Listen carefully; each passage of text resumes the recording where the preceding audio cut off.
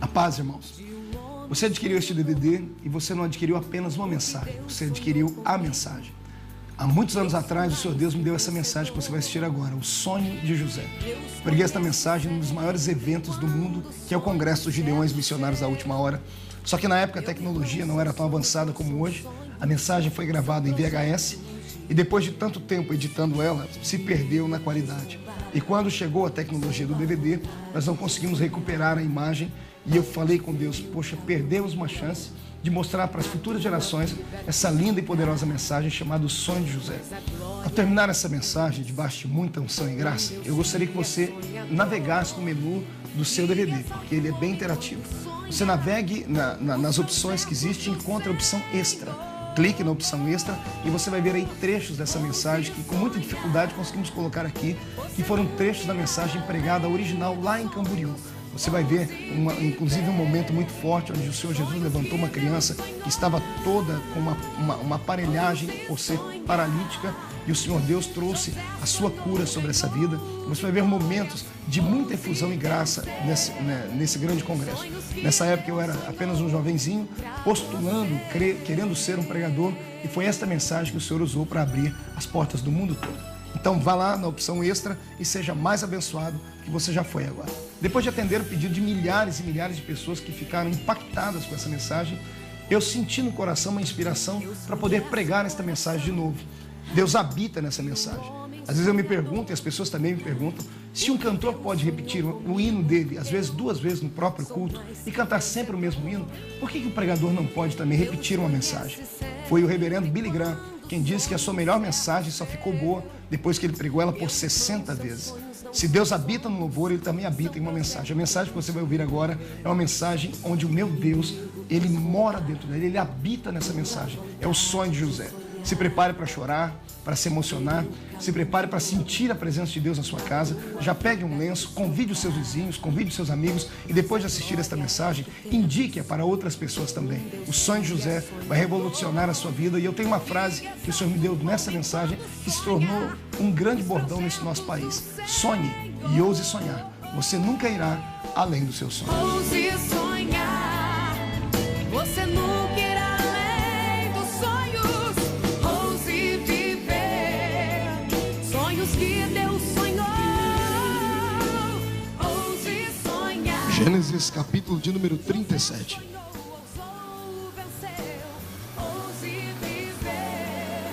Gênesis 37 e o versículo de número 8. Aguenta, coração. É hoje.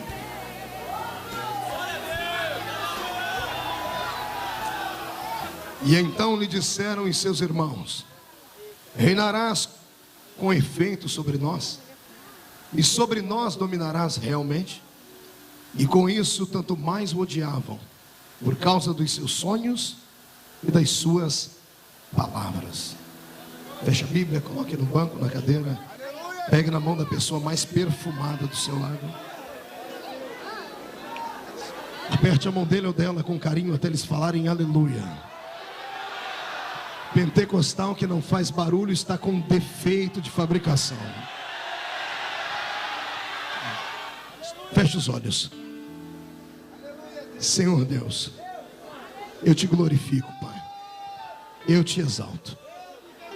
A noite de hoje, Senhor, será especial para todos nós. Eu tenho certeza que após a leitura desta palavra, os demônios que ouviram-na estão desesperados, batendo em retirada, porque sabem que essa será uma noite de ressurreição, meu Pai. Eu tenho certeza, meu Deus, que as vidas que aqui adentraram vieram porque precisam ser impactadas pela sua graça, pela sua palavra. Então cerca, Senhor, esta casa de espetáculos agora, num raio de 5 quilômetros, onde houver um demônio alojado. Eu dou a esses demônios 5 segundos para desaparecerem daqui, porque se não sumirem, serão queimados pelo poder da sua glória que virá. O segundo pedido que faço é um pedido de atrevimento. Se ainda tenho crédito no céu contigo como pregoeiro da sua palavra, abre a porta do céu sobre este ambiente agora. Envia do céu para a terra uma comitiva de anjos, anjos de fogo, Senhor, que eles possam trazer brasas de fogo nas mãos, que comecem a esparramar estas brasas entre nós, e onde houver um crente batizado com o Espírito Santo, renova eles.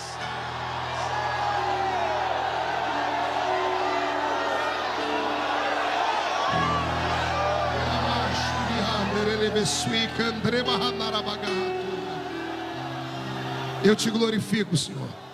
Fala conosco, em nome do Senhor Jesus. Amém e amém. Os que podem, tomem o seu assento.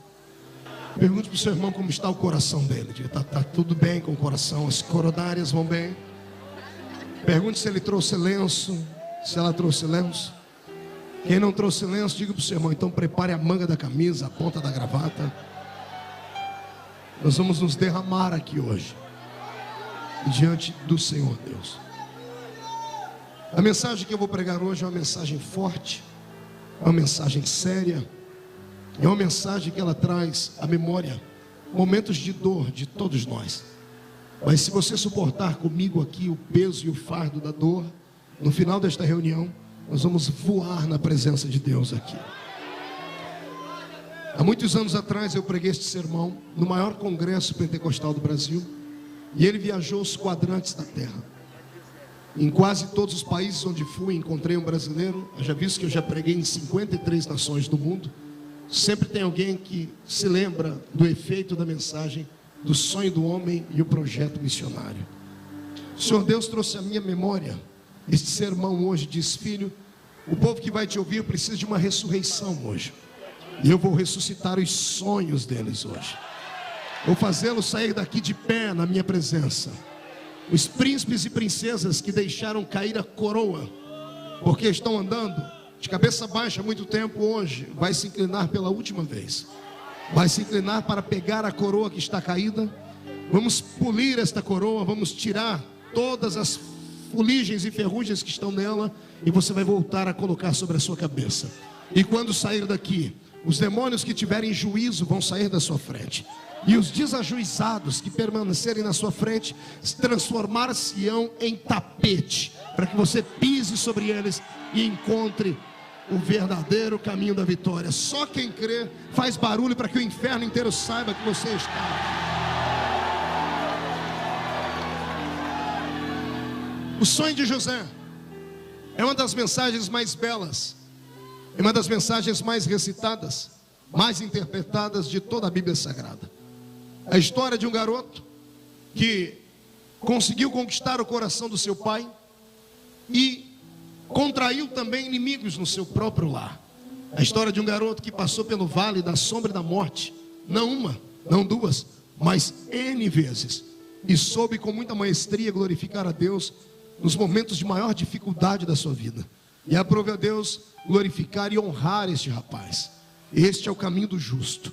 Quem suporta a humilhação e a perseguição hoje, viverá para amanhã ver as pessoas que te armaram ciladas pararem na sua frente, ficarem de boca aberta e terem que reconhecer que em você ninguém pode tocar. Porque quando Deus tem um plano na vida dessa pessoa, ele se transforma num intocável. Eu queria até que você olhasse para alguém do seu lado e dissesse isso: eu sou intocável. Ninguém toca em mim, ninguém me maltrata, e fica por isso mesmo. Quem toca em mim encontrará o peso da mão do meu Deus. Quem crê nisso, dê mais um grito de glória forte. Eu costumo dizer que eu sou igual carro, é difícil pegar, mas depois que pega, a gente vai embora. A história é antiga. Se voltássemos no tempo, faltaria-me agora palavras para falar em que ano foi este episódio. Mas foi bem no início da história de um povo que veio para fazer a diferença neste planeta. Se voltássemos momentos antes do meu Deus escolher Abraão, você entraria comigo pela Mesopotâmia antiga e encontraria outras nações ali. Os caldeus, os heveus, os heteus, os girgazeus e todos os zeus da vida estavam naquela época já de pé. Mas eles se esqueceram da beleza do nosso Deus. Deixaram de glorificar e adorar ao Senhor, porque seguiram o evangelho falido pregado por Nimrod, depois que ele alicerçou na terra os parâmetros de Babel, que deu início então àquilo que nós podemos chamar de confusão babilônica. que levou todos os homens a esquecerem da única divindade existente. E nesta época os homens criaram pseudos deuses para si. Adoravam então a Baal, Astarote, Azera, Marduk, os pseudos deuses da Mesopotâmia antiga. Criavam imagens daquilo que estava no céu e na terra, juntavam e faziam os seus abestalhados seres para serem adorados. Um dia Deus, muito irado, mas com muita propriedade, levantou um profeta na terra para acabar com a história desses pseudos deuses. E foi o profeta Isaías quem teve a honra de abrir a boca e Deus tomar os seus lábios e dizer: ainda antes que houvesse dia eu era, e não há ninguém que possa livrar alguém das minhas mãos, porque operando eu, quem me impedirá? Depois dessa história, meu Deus entra na Mesopotâmia antiga, na terra de Ur dos Caldeus, a mãe de todo berço pagão da terra, e encontra um homem que na época se chamava Abrão. Eu não sei quem encontrou quem, eu sei que os dois saíram de montadas daquele lugar em rumo à terra prometida. E o Senhor chamou esse rapaz quando ele era um garotão de 75 anos e fez a ele uma promessa: sai para a terra ainda onde eu vou te mostrar um dia, e eu farei de ti uma poderosa e grande nação. 25 anos depois, quantos anos eu disse? Bodas de prata de amizade depois, Deus para ele no meio do deserto. Vem sobre ele a nuvem do Senhor, isso está em Gênesis 17. E o Senhor relembra, ele diz assim: Abraão, de hoje a 1 ano sua mulher dará à luz a um filho, e ele será grande, porque ele será poderoso. E enquanto Deus está discursando no ouvido de Abraão, a minha Bíblia diz que Abraão começa a rir. E não era um riso de alegria, era um riso de deboche. E eu penso em Deus olhando para baixo dizendo: ei, por que você está rindo? E ele dizendo: Senhor, nós já fizemos bodas de prata de amizade. Senhor, o Senhor não precisa tentar me enganar mais. Eu me conheço. É impossível ter um filho agora. E eu imagino Deus dizendo: por que é impossível, Abraão? E ele dizendo: Senhor, basta olhar para o meu corpo. Dê uma olhadinha aqui para o garotão, que outrora tinha 75 anos e agora tem 100. Senhor, dê uma olhadinha. Os meus únicos amigos são artrite, artrose, osteoporose, reumatismo, cataratas e todas as coisas que gostam de ficar amigo dos velhinhos aí. Senhor, além de estar um homem velho, falta-me virilidade. E eu imagino ele dizendo: o senhor acha que eu estou ruim? Dá uma olhadinha lá em casa. Vai lá no quarto agora e dá uma olhadinha para Sara. Senhor, não dá para acreditar, mas Sara já foi uma uva. É claro que agora ela está parecendo um abacaxi, mas ela já foi uma uva, Senhor. Senhor, ela tem 90 anos de idade, Senhor. Como é que uma mulher de 90 anos de idade vai dar à luz a um filho? Eu imagino meu Deus no céu, só lembrando do que ele diz: ah, Abraão, ainda antes que houvesse dia eu era. Não há ninguém que livre alguém das minhas mãos. Quando eu opero, ninguém pode impedir Abraão. E aí em Gênesis 15, que acontece o milagre. Quem escreveu o livro de Gênesis não colocou na ordem cronometrada certa. O que Deus fala com ele em Gênesis 17 se cumpre em Gênesis 15. Diz a Bíblia que Abraão estava dando um sacrifício a Deus e veio sobre ele uma força sobre-humana.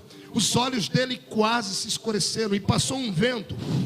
E passou uma coluna de fogo e Abraão caiu no chão adormecido. E a Bíblia diz: e caiu sobre Abraão um profundo sono. Só aconteceu isso na vida de Adão. E Deus, quando fez cair um profundo sono sobre Adão, Deus fez uma cirurgia nele e arrancou uma costela. Ah, em Abraão Deus não fez uma cirurgia apenas de tirar costela. Em Abraão Deus fez uma cirurgia que ele fez somente nele e nunca mais fez em mais ninguém. O meu Deus rejuvenesceu as células de Abraão.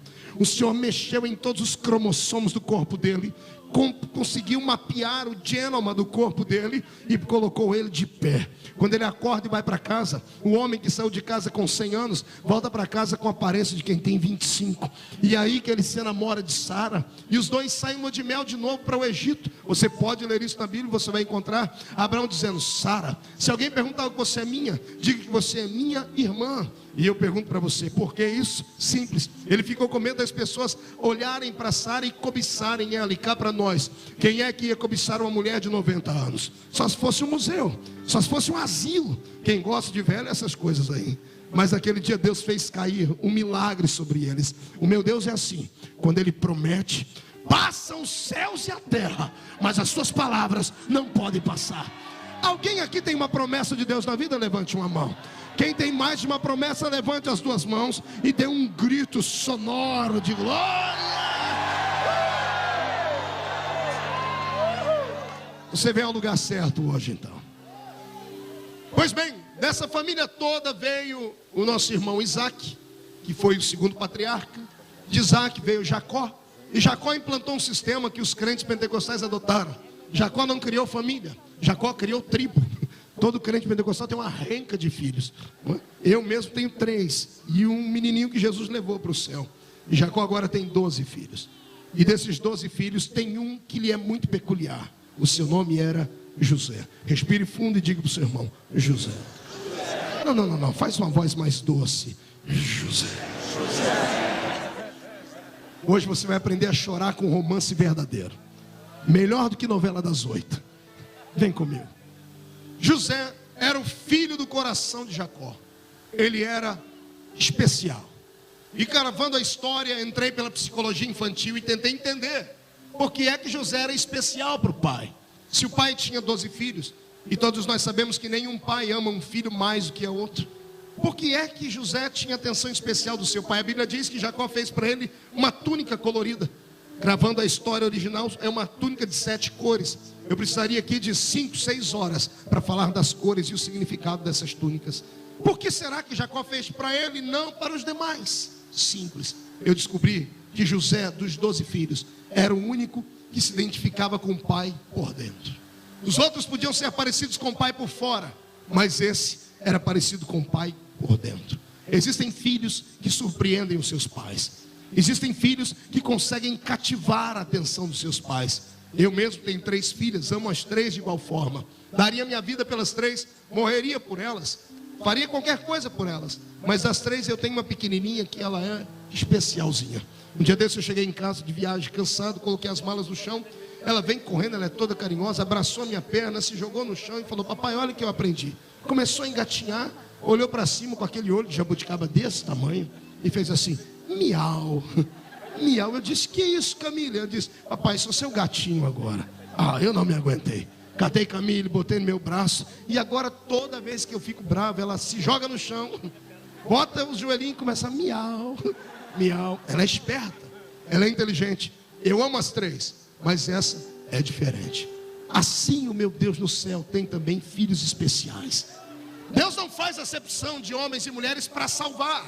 Para salvar, ele salva o pequeno, o grande, o gordo, o magro, o rico, o pobre, o negro, o branco ou o asiático. Mas para usar, aí ele tem alguns que são segundo o seu coração. Para usar, ele tem um Davi. Para usar, ele encontra um Moisés. Para usar, ele encontra um Abraão. Para usar, ele encontrou você hoje aqui. Que coisa bela. Pastor, mas como é que eu faço para ser especial? Aí não é a inteligência do pai, aí é a inteligência do filho. Chame a atenção dele. Faça alguma coisa que você nunca fez por ele hoje. Eu vou dizer uma coisa que vai pegar no seu coração. Esta é a geração dos xodós de Deus. Você vai sair daqui hoje com uma faixa no peito: xodó de Jeová. Ai de quem tentar tocar em você depois de hoje. Quem toca em alguém que é um xodó de Deus, coloca a mão numa caixa de abelha. Quem quer ser xodó de Deus? Grita, mas grita alto. Grita!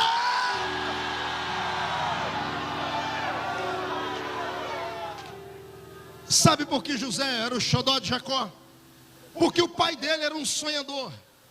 Pense num rapaz que no pior momento da sua existência, fugido do irmão que queria assassiná-lo, enganou o pai, foi por ele tido como um truculento ser desonesto. A própria mãe disse: suma, porque eu não posso te proteger da morte. No meio do deserto, sem roupa de cama, sem comida, sem travesseiro, cansado, deitou. Pegou uma pedra por travesseiro. E ao invés de ter pesadelos, ao invés de não dormir à noite, como a gente fica quando está muito aborrecido, ele colocou a cabeça em cima da pedra, roncou e babou. E ainda sonhou. E o sonho dele foi lindo. Ele viu o céu aberto e uma escada que descia do céu para a terra. E anjos desciam e subiam diante dele. E ele levantou arrepiado na noite e disse: esse não é outro lugar, senão a porta da casa do meu Deus. Eita, que coisa bela. Deus olhou para ele e disse: se esse cidadão tem coragem de sonhar coisas belas na hora da dor e da angústia, eu tenho coragem de preparar para ele uma mesa na presença dos inimigos dele lá na frente. José era filho de um sonhador. E bendito seja o homem que sonha. Você nunca irá além dos seus sonhos. O homem é aquilo que ele estabelece ser. Você não é um animal irracional que acorda e não sabe como será o seu amanhã. Você tem inteligência.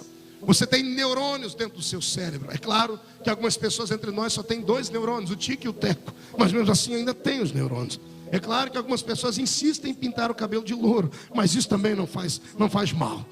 Use os seus neurônios, use a sua inteligência. Você não pode viver nessa terra como se fosse um vegetal. Deus não quer que você vegete, Deus quer que você viva. Deus quer que você aproveite 100% da sua vida. Deus não quer que você fique trancado dentro de um quarto esperando a banda passar.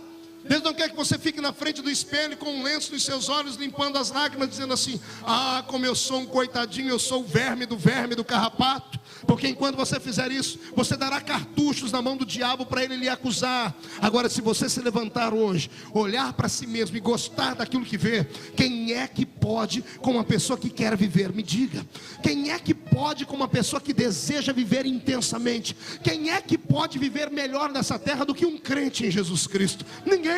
Porque nós somos os únicos povos da terra que podemos pisar nesse chão, sabermos como viver aqui em paz e melhor. Temos já guardado conosco um passaporte e uma passagem carimbada. Daqui a pouco sairemos daqui, iremos para um lugar muito melhor e maior do que esse. Então você não pode jamais ficar me olhando com essa cara, parecendo que foi batizado num pote de vinagre. O ímpio não tem onde recorrer, mas você tem. E se você serve ao mesmo Deus que eu, por favor, mostre que você está feliz em estar aqui. Mostre que você está feliz em adorar o nome dele. Sonhe. E sonhe alto. Um dia desses eu tive que corrigir um pregador, um companheiro que estava pregando, porque ele disse que crente não pode delirar. Ele disse que crente tem que ficar com os pés no chão. E eu digo, é errado, crente tem que delirar. Crente pentecostal ou espiritual. Os racionais fiquem no seu mundinho medíocre e pequenino, abaixo da esfera espiritual e metafísica do meu Deus. Se você quer uma coisa lógica e racional, continue com o seu sistema. Eu absorvi a graça de Deus e quero viver no sobrenatural. Eu quero ter delírios. O que José teve não foi um sonho, ele teve um delírio. O que é um delírio? É aquilo que pode ser uma utopia, é aquilo que pode parecer para os outros algo motivo de deboche. E foi o que esse rapaz virou em casa. Um belo dia ele acorda. Imagine acordar numa casa onde você pertencia a uma família de 12 pessoas, fora mãe e pai. Tinha que acordar cedo para o café da manhã, senão não sobrava nada naquela mesa. Imagine José acordando, escovando o dente, indo para a mesa do café da manhã, com o cabelo cheio de gel jogado para trás. Garotão, novo, bonito, esfuziante, radiante, brilhante, sentado na mesa, pegando um pedaço de pão, passando ali uma maionese, um ioiô creme, pegando um leite Nilza, misturando com chocolate. É claro que eu estou contemporaneizando a história, não vai procurar isso na Bíblia, que você não vai encontrar, e nem me chame de maluco, ok? Imagina um garoto comendo um pedaço de pão, está mastigando um pedaço de pão aqui com a bochecha desse tamanho. No outro canto está tentando degustar um pouquinho de leite. E a família toda reunida, ele levanta: ei, gente, tive um sonho. E quem é que não gosta de ouvir sonho? Qual é o ser humano que não é curioso em saber aquilo que é oculto e aquilo que é invisível? E ele fala: eu tive um sonho. E todo mundo diz assim: conte o sonho pra gente. Ele diz: eu sonhei que eu estava trabalhando no meio do trigal, e o feixe que eu tinha era maior do que o de todo mundo. E ele se colocou de pé, e todos os feixes de vocês vieram e ficaram ao meu redor. Ele contou aquele sonho por contar. Eu imagino um silêncio na mesa. E daqui a pouco o Rubem, devia ser o mais velho da mesa, se levantando com aquele queixo quadrado, aquele homem viril, com aquele peito estufado, cabeludo, a pele queimada do sol. O mais velho sempre trabalha mais, dizendo assim: você, garoto, você só sabe dormir e comer. Como é que você pode colher mais do que eu, que sou mais velho da casa? E eu imagino as brincadeiras na mesa, e todo mundo olhando para si: olha o sonhador aí, sonhe, isso é um delírio, isso é maluquice, isso jamais vai acontecer. Como é que você pode colher mais do que todos nós? E eu imagino um deboche na mesa, as pessoas afagando a cabeça dele, brincando, e o velho pai Jacó dando gargalhadas também. Dias depois, ele vem à mesa de novo. Está agora, não sei se comendo uma rosquinha, não sei se ele estava comendo ou tomando um suco de laranja. Eu sei que no meio daquele café da manhã ele diz assim: gente, sonhei de novo. E alguém já grita: fala, sonhador. E diz: eu sonhei que o sol e a lua e 11 estrelas se curvavam diante de mim. Esse grito de glória não foi normal. Foi exatamente isso que as pessoas sentiram naquela mesa nessa hora. Aqueles que pensavam que o garoto estava delirando, entenderam que ele não estava delirando porcaria nenhuma, que isso não era sonho de barriga cheia. Descobriram que Deus estava falando com ele, que Deus estava traçando o futuro dele, que Deus estava dando a ele a linguagem que havia dado ao velho pai. Nem o próprio pai suportou. O pai se levantou na mesa e disse: será que o meu filho terá que me ver de joelhos na frente dele, eu, a mãe e todos os irmãos? E a Bíblia diz: e por causa disso, tanto mais o odiava, por causa dos seus sonhos e das suas palavras. Este não é um sonho comum, isto é um delírio. E é o que Deus quer que você tenha hoje. Deus quer que você delire. Delire como eu delirei. Um garoto nascido no meio do mato, numa família muito pobre, criado em 12 pessoas dentro de 2 cômodos. Sabe o que é isso? Não sabe, eu te explico. Imagine você acordar no meio da noite coçando a sua perna e começar a chorar e gritar: mãe, a minha perna sumiu. Mãe, a sua mãe: você é maluco, moleque? Não, mãe, eu estou coçando e eu não estou sentindo minha perna. E a sua tia gritar no meio do escuro: é claro, você está coçando a minha perna. A gente dormia num amontoado, parecia um ninho de rato. Panela e pinico na minha casa era a mesma coisa. Pobre de marré. Engraxava sapato com muito orgulho. Vendia picolé. Ia para a roça apanhar laranja, algodão e café. Sem pretensão de futuro nenhuma. Mas o dia que eu entrei dentro de uma igreja evangélica, alguém me disse: é possível Deus pegar o último da fila e colocar na frente. É possível Deus levantar um profeta na terra. É possível. Ninguém nunca mais conseguiu roubar os meus sonhos. E olha que tentaram. E olha que eu encontrei um monte de bizarros ladrões de sonhos no nosso meio.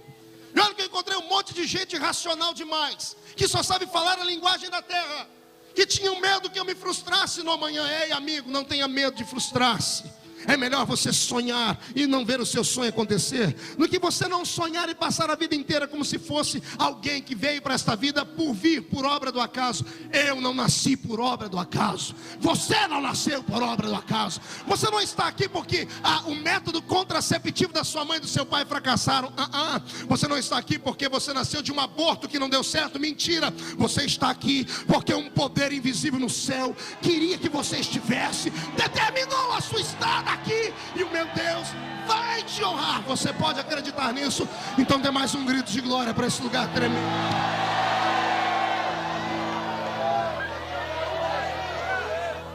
Sonhe e ouse sonhar. Você nunca irá além dos seus sonhos. Não se covarde. Tenha coragem. Tenha coragem de juntar as peças do seu quebra-cabeça e pedir ajuda ao Espírito Santo.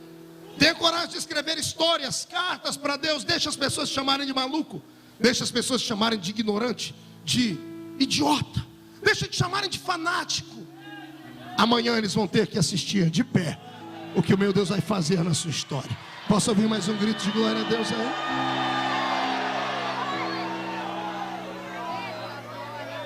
Vivemos numa era onde os sonhos foram roubados. Satanás, o nosso ardio inimigo, tem um dom que nós não temos. Ele tem o dom da paciência. Oxalá que a igreja tivesse esse dom. A paciência. Há 30 anos atrás, o método dele na igreja era outro. Ele destruía a pessoa dentro da igreja, expunha ela publicamente. E a igreja naquela época podia dar a voz de excomunhão e mandava a pessoa embora da igreja. E o diabo cantava vitória no inferno, porque geralmente um desviado nunca mais voltava. Ele viu que esse método era muito lento. E é claro que ele arrebanhava pessoas, mas a igreja em compensação ficava pura e cheia de vitalidade. Porque, entre aspas, o câncer havia sido arrancado. 20 anos depois o diabo mudou o seu método. Ele não quer que ninguém saia daqui. Ele deixa as pessoas destruídas aqui dentro. Ele deixa as pessoas carregadas com seus erros e pecados no nosso meio. Ele deixa as pessoas vazias e ocas no nosso meio. Ele não quer que ninguém saia.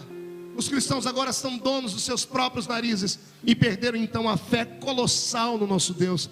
Deixaram de ver nosso Deus como um Deus que supre de fato as nossas necessidades, para acreditarem nos seus braços, para acreditarem no seu intelecto. Trocamos as palavras de unção do púlpito por palavras de autoajuda na igreja. E o meu Deus não precisa disso. O meu Deus precisa apenas que você refaça o seu altar e coloque ele de pé.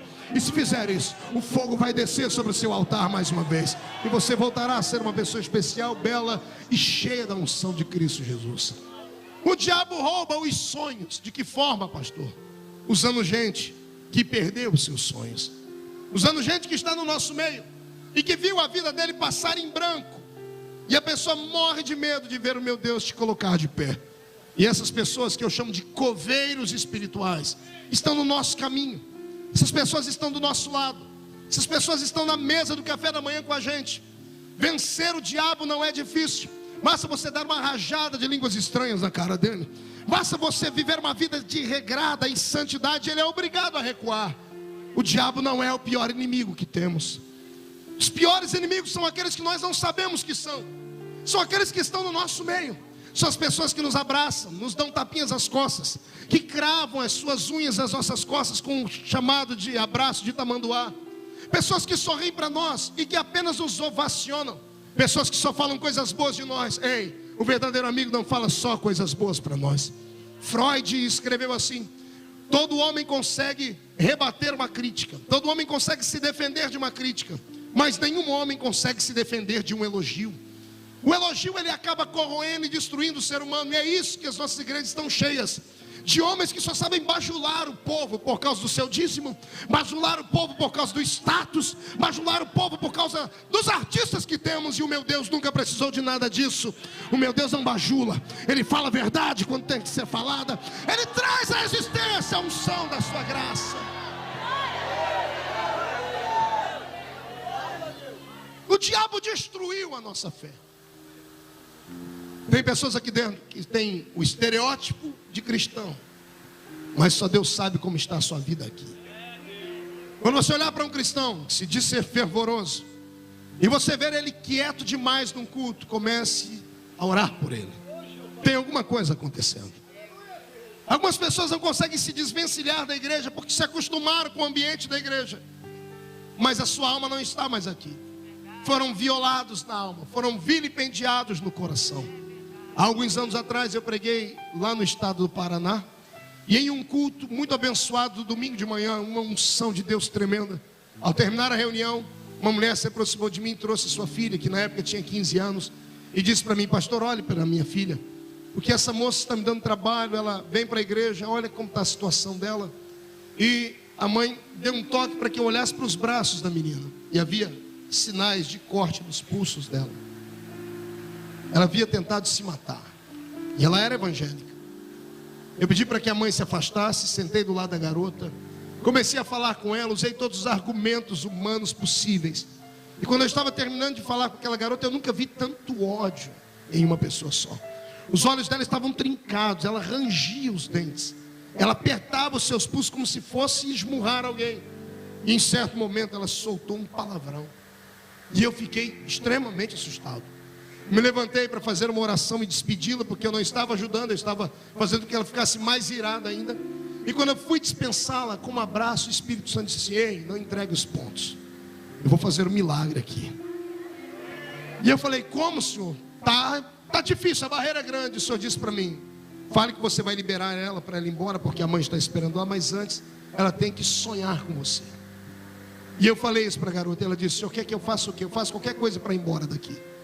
E eu pedi para que ela colocasse as mãos dela sobre os meus ombros. Eu coloquei a mão sobre o ombro dela, tudo sob ordem do Espírito Santo. E eu montei com ela uma história, porque aquela garota havia aberto o coração para mim e dito que o pai havia violentado ela dentro da igreja. Uma garota criada dentro de 7 chaves, e ainda teve a desgraça de encontrar um pai que tinha desvios sexuais e acabou abusando dela. Ela estava com a alma dela violada, ela estava com o espírito dela massacrado. A igreja para ela não era um lugar de refúgio, era uma prisão, porque ela tinha que sentar e olhar para o pai, e mesmo o pai havia pedido perdão a ela, ela nunca havia conseguido perdoá-lo. Foi aí que o Senhor começou a tecer uma história comigo. Eu disse para ela: você vai se casar? E ela deu um grito, disse: eu não quero me casar, tenho nojo de homens, não quero nunca mais ver isso. Eu falei: tá, mas tudo bem, e se por acaso acontecesse? E ela gritava e insistia: não, nunca vai acontecer. Eu disse: tá, mas e se por acaso acontecesse? Ela disse: olha, para ir embora daqui, tudo bem, se acontecesse, eu queria que o homem fosse assim, assim, assim. Ela desenhou ele para mim. Eu disse: que legal, e como é que seria o seu casamento? Ela disse: isso nunca vai acontecer. Eu disse: tá, mas não custa sonhar, tece comigo a história. Ela: tá, se eu fosse me casar, eu queria que meu casamento fosse assim. Ela desenhou o vestido dela. Eu disse: Em que igreja você gostaria de casar aqui na cidade? Ele disse, não, eu nunca vou. Eu disse, tá bom, mas é só um pensamento. Eu disse, eu queria me casar na igreja fulana de tal. E contou a história da igreja. Eu disse, e quando você chegasse no altar e se casasse, como é que você gostaria que acontecesse depois, a lua de mel? Eu disse, isso nunca vai acontecer, pastor. Eu disse, tá bom, mas e se acontecesse? E ela disse, se acontecesse, eu queria um carro assim, eu queria ir para o Texas, para Las Vegas, passar uma lua de mel lá. Mas isso nunca vai acontecer, pastor. Eu disse, e a sua casa? Como você queria uma casa? Ela disse, pastor, isso nunca vai acontecer. Eu disse, eu sei, você quer ir embora, desenha a casa para mim. Ela começou a falar o tamanho da casa, todas as coisas certinhas. Eu disse, filhos. Ela disse, eu nunca vou ter filhos, pastor. Eu disse, mas e se tivesse? Ela disse, eu queria 2, um menino e uma menina. Eu disse, o que você faria com eles? Aí o Espírito Santo pegou o coração dela. Ela baixou a cabeça e começou a chorar. Ela disse, se eu tivesse filhos, eu ia cuidar deles como a minha mãe não cuidou de mim. Eu queria protegê-los, pastor. E ela começou a chorar. Nessa hora o Senhor me levou a interceder por ela. E enquanto eu orava por aquela alma aflita, angustiada e cheia de marcas, cicatrizes que roubaram os sonhos dela, o meigo Espírito desceu sobre ela e a batizou com a sua graça. Ela começou a orar em línguas. Eu também foi um choque orando com aquela garota, porque eu saí de perto dela, porque ela começou a ficar valente, começou a bater os pés no chão, começou a gritar. As pessoas que estavam do lado de fora da igreja foram entrando, entrou a mãe e o pai. Quando ela olhou para a mãe e o pai dela, ela não aguentou, ela saiu correndo em direção a eles. Eu disse, Deus, que vai acontecer isso? Ela deu um beijo na mãe, foi no pescoço do pai, olhou nos olhos dele e disse assim, pai, eu te perdoo, pai. Eu te perdoo. O pai começou a chorar, caíram de joelhos, os três, mãe, pai, a moça, se abraçaram e Jesus fez uma obra muito linda na vida dela. Anos mais tarde, eu recebi um telefonema e disse, pastor Marcos, o senhor se lembra de mim? Eu disse, quem é? Só aquela garota lá do Paraná, da oração, disse, tá, e aí, como é que vai você? Eu disse, pastor, estou ligando só para lhe dizer o que Jesus fez na minha vida. Eu disse, me diga, pastor, casei, pastor. Eu disse, você se casou? Ela disse, me casei, eu quero falar para o senhor. Eu falei, não precisa, eu já sei como é o rapaz. Eu disse, como o senhor sabe? É aquele que você me contou aquele dia. Eu disse, pastor, Deus escutou aquele dia, aquela brincadeira que o senhor fez comigo. O rapaz é daquele jeito.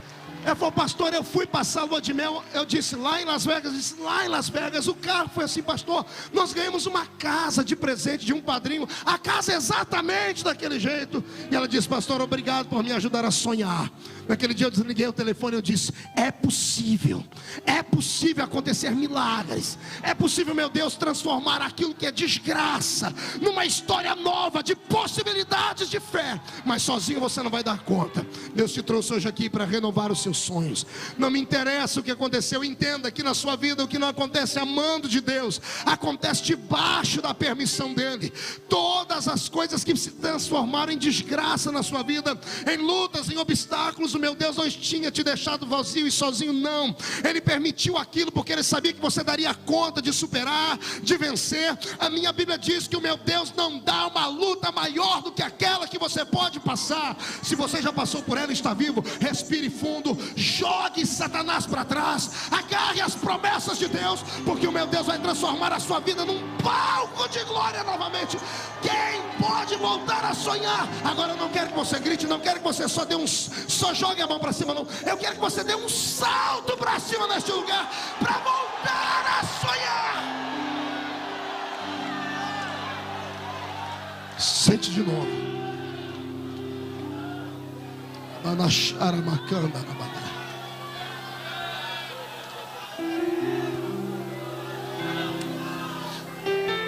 Sonhar é bom. Duro é pagar o preço pelo sonho.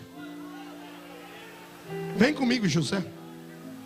Vem correndo pelo campo, levando consigo 11 marmitas, ou melhor 10, porque o seu irmão mais novo é Benjamim, ele está em casa.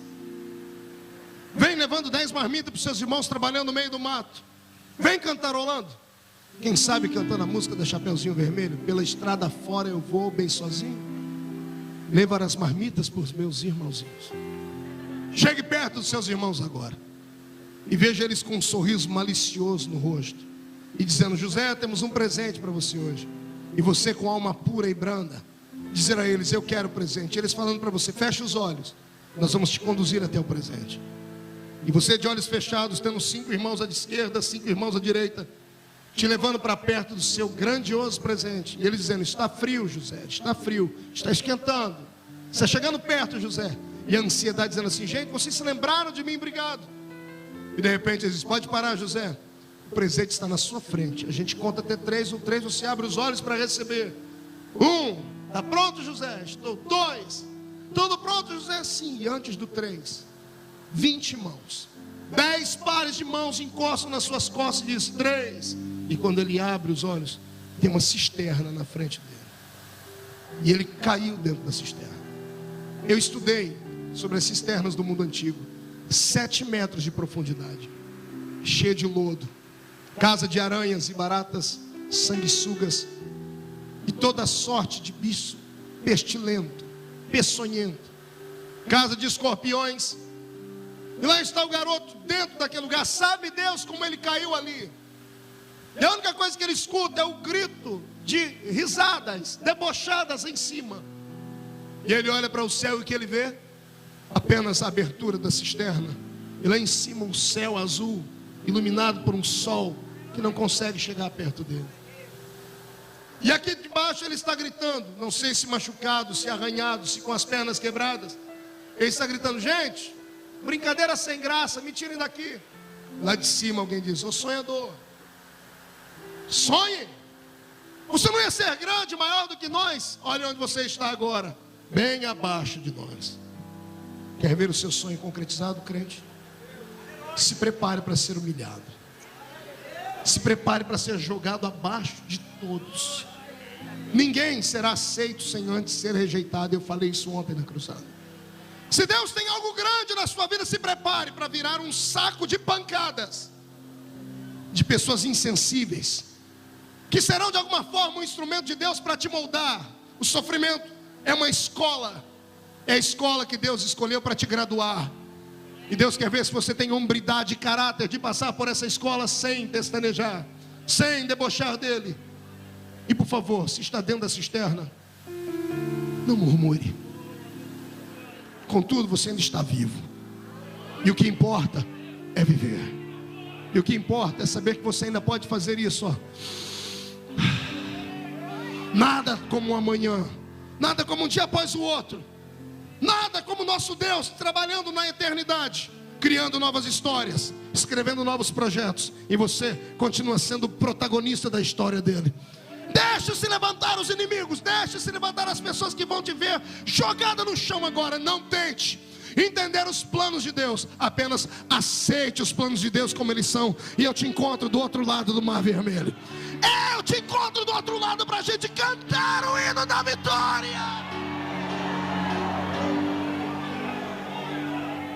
Todos os que estão aqui, pastor Joelson, todos os que estão aqui, Gilmar, tem um Mar Vermelho para atravessar. E nem todos atravessam o Mar Vermelho de igual forma. Uns vão atravessar o Mar Vermelho em cima de um cavalo, porque vão ter possibilidades para isso. Outros vão atravessar o Mar Vermelho com a robustez física da sua saúde. Mas e os doentes? E aqueles que tinham que vir arrastados em macas? E as crianças de colo? E a sua mãe com 2, 3 crianças que não tinha velocidade na perna? Como é que eles iriam atravessar? Não olhe para trás. Não deixe se intimidar por Faraó. Se Deus abrir o caminho, passe por ele. O que importa não é que alguém vai chegar primeiro do que você. O que importa é que todo mundo que chegar lá primeiro que você vai ter que te esperar. O cântico da vitória não é cantado por um só, é cantado em coro. O que chegou primeiro tem que esperar o último chegar para se alegrar junto. Eu profetizo que o seu tempo está chegando. Posso ouvir mais um grito de glória a Deus de alguém que está atravessando o mar?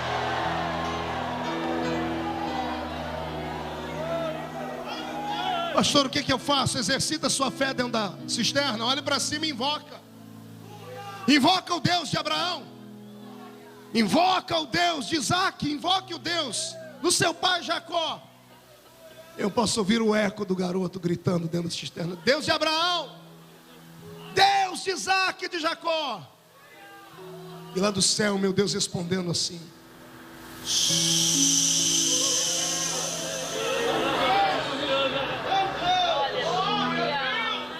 o silêncio de Deus machuca. O silêncio de Deus arranca pedaços da gente. Oh, Espírito silêncio de Deus tortura. De uma vez, no momento de agonia na minha vida, eu gritei para o Senhor, disse: Senhor, por que o Senhor não fala muito? Deus é um ser que não fala muito. Já reparou na Bíblia? As frases dele são célebres, mas são frases de uma frase só: eu sou o que sou, ponto final. Eu atravessarei contigo, eu chegarei de lá com você, ponto final. Não temas, porque eu sou contigo, ponto final. Eu perguntei: Deus, por que o Senhor fala tão pouco? Ele disse para mim: filho, eu sou um ser que sou alienado à minha palavra. Eu estabeleci a lei da minha palavra. O que eu falo, sou obrigado a fazer. Por isso eu não falo de qualquer maneira e não falo pelo impulso da emoção. Homem fala do impulso da emoção. Homem promete uma coisa de pé e não sustenta sentado. Deus não. O Senhor disse para mim: filho, eu sou um ser que falo pouco, mas quando resolvo falar, sai de baixo. Quando eu falo, tudo que eu falei vai acontecer. Nem que eu tenha que mover a história, nem que eu tenha que parar o sol e a lua, nem que eu tenha que trazer de volta o morto que está na tumba há 4 dias, nem que eu tenha que fazer o machado flutuar em cima das águas. Quando eu falo, eu faço acontecer. Meu corpo está arrepiado agora, sabe por quê? Porque se ele abriu a boca para falar agora, é porque o seu milagre está vindo aí nas asas do vento. Se prepare, porque ele sentará nas asas de um querubim e voará para entregar o seu milagre. Quem acredita nisso, comece a adorar.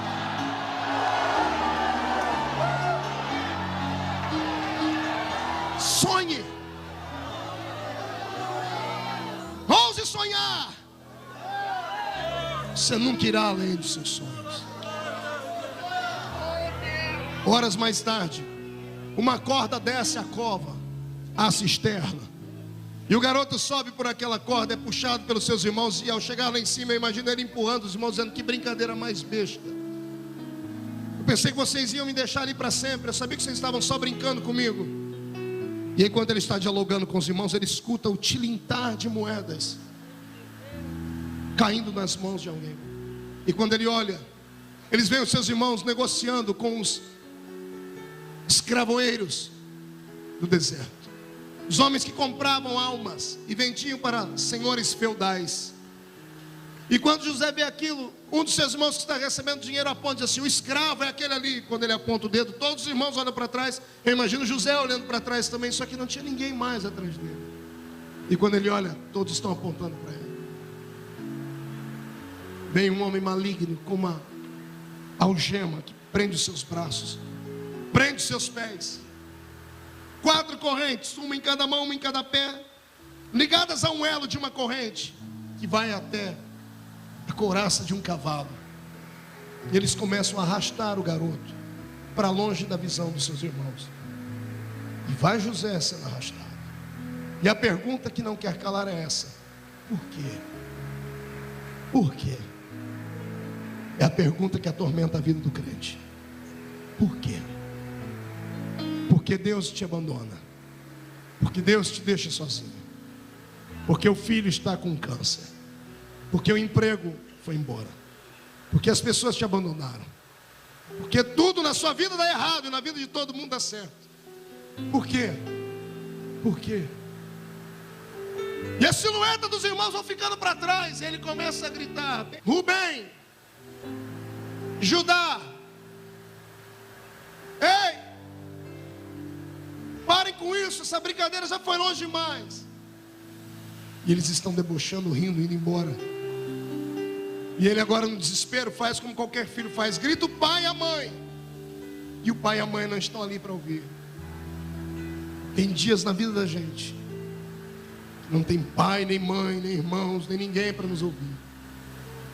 Tem dias na vida da gente que somos aprisionados pelas circunstâncias. E o desespero da solidão bate forte aqui dentro. Ser um ser humano não é fácil. Viver é uma aventura. É uma aventura que você tem que saber levar a vida, porque senão você pega um revólver e dá um tiro na cabeça. Foi para isso que Jesus te trouxe para perto dele. A diferença do ímpio e do justo talvez seja essa: todos se desesperam, mas o ímpio não tem onde recorrer. Então ele se droga, bebe cachaça, se atira do alto de uma ponte, enforca-se, dá um tiro no ouvido. O crente, ele passa pelo mesmo vale, sente as mesmas dores, porque ele é de carne e osso. Mas ao invés de fazer isso, ele vai para dentro do quarto dele, fecha a porta atrás dele, crava o joelho no chão e se esconde à sombra da cruz. E já não tendo palavras para orar, ele começa a gemer. E esse gemido vai subindo. E é o Espírito Santo que intercede por nós com gemidos inexprimíveis lá em cima. Há um tempo para tudo. O cálice da dor e do sofrimento que Deus estabeleceu para que você o bebesse está sendo enchido gradativamente com o seu gemido e com as suas lágrimas. Lágrima de crente não desaparece. Lágrima de crente é oração sólida. Nunca ouviu isso? Escreve. Lágrima de crente é oração concreta, é oração materializada. Aquilo que você fala aqui, quando você derrete em lágrimas, você transformou todos os seus sentimentos em lágrimas. E a minha Bíblia diz que o anjo do Senhor colhe em uma taça e leva lá em cima no céu e despeja diante do altar de Deus. Deus só está esperando esse cheiro ficar um pouquinho mais intenso. Quem sabe hoje à noite? Quem sabe hoje à noite Deus vai sentir o perfume do seu sofrimento pela última vez e vai se levantar e vai dizer: basta. Eu profetizo em nome de Jesus Cristo que ao acordar amanhã de manhã, o dia vai estar mais bonito, a comida vai estar mais saborosa, o sol vai estar mais brilhante. Eu profetizo em nome do Senhor Jesus que o diabo vai desaparecer da sua história. Aguenta. Vai passar. O rapaz é levado para uma praça pública para ser revendido. Está seminu, banhado. As pessoas de forma humilhante vêm olhar os seus dentes, os seus ossos, a textura da sua pele. Ele é apalpado por todos. Até que chega um homem chamado Potifar e o compra. E leva o rapaz para dentro do seu palacete. O rapaz começa esfregando o chão. Mas quando Deus está na vida de alguém, a pessoa não fica lá embaixo para sempre. A pessoa pode estar aprisionada, ela é diferente de todas as pessoas que estão lá, porque a glória da bênção de Deus marca a vida da pessoa. E ele que começa esfregando o chão, dias depois é o mordomo da casa, está cuidando da casa. E o rapaz tinha unção de Deus, e a unção atrai. Grave essa sentença. Olha para o seu irmão e diga: a unção de Deus atrai. A unção atrai o que presta e o que não presta. A unção vai atrair pessoas que vão te amar e vai atrair pessoas que vão te odiar. Os que vão te amar são aqueles que vão entender a sua chamada, e os que vão te odiar é por causa da inveja de não estarem no seu lugar. De qualquer forma, você terá a bênção de Deus sobre a sua vida. E a unção de Deus na vida de José fez a mulher de Potifar se encantar por ele. E a infeliz, cheia de pombagira, olhou para o nosso irmão José e se encantou e se insinuou para ele. Chegou um dia que ela agarrou José, e o garoto era crente, e ele se esquivou e deixou a capa na mão dela. E perna para quem tem. Desce uma escadaria, sobe um corredor, vai por outro, esquerda, direita, chega até no quarto dos empregados. E quando ele entra dentro da casa dele, dentro do quartinho dele, ele deve ter aberto aquela porta no chute. Quando entrou, fechou a porta, botou trinco, cadeado, botou a tramela, pegou uma cadeira, colocou atrás, encostou na parede e ficou. E daqui a pouco um sentimento de prazer invade a alma, o prazer de vencer o pecado. Ele deita na cama, o coração acelerado, vai desacelerando, vai olhando para o céu, vai começar a rir. Senhor, quase fui. Pense numa mulher bonita. Era a mulher de Potifar. Ela não era igual umas e outras que a gente olha e não sabe se está de frente ou de costa. É só uma baranga. Não. Aquela mulher era sensual, era bonita. Para ser mulher de um estadista, era uma mulher que chamava atenção. Imagina José negociando com Deus: Senhor, Já enfrentei tudo: cova, abandono, humilhação, esfreguei chão, mas agora te provei que sou fiel, Senhor. Eu não pequei. E lá vai o sonhador de olhos fechados dizendo: Senhor, eu vou sonhar que amanhã de manhã o dia vai ser diferente. Vão bater na minha porta, Potifar vai vir com uma coroa para me coroar, porque esse é o sentido da vida. Quem é fiel tem que ser abençoado.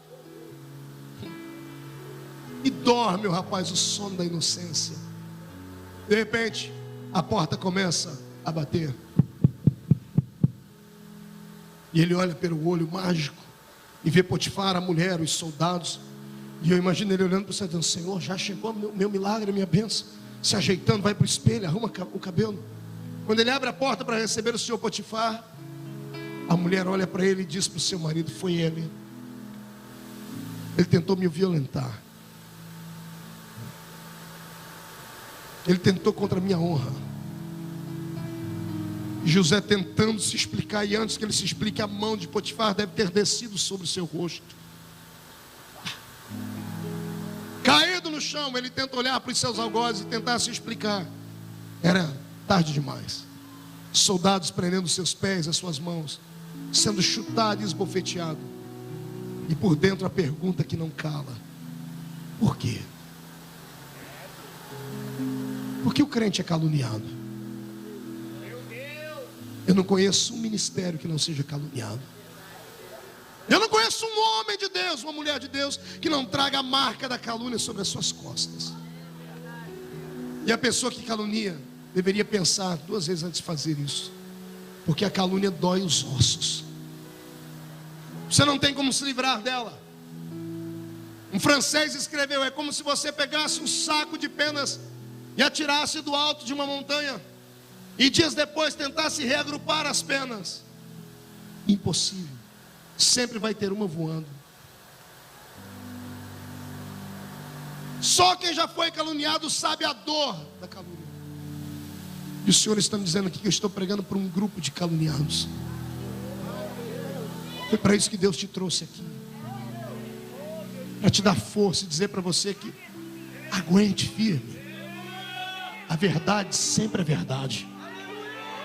Quem vai te justificar é Deus. Quem vai te defender é Deus. Quem vai mostrar para os homens que você não é nada daquilo que eles falam é o próprio Deus. O Senhor manda um recado para você hoje. Ele manda dizer para você que Ele comprou a sua briga. Ele diz: minha vingança. Só aguenta o trampo, aguenta firme. Vai passar. Levanta a mão direita para o céu comigo, chacoalha a mão, coloque nas costas do seu irmão, faça um carinho nele, faça um carinho nela. Diga para ele: aguenta, vai passar.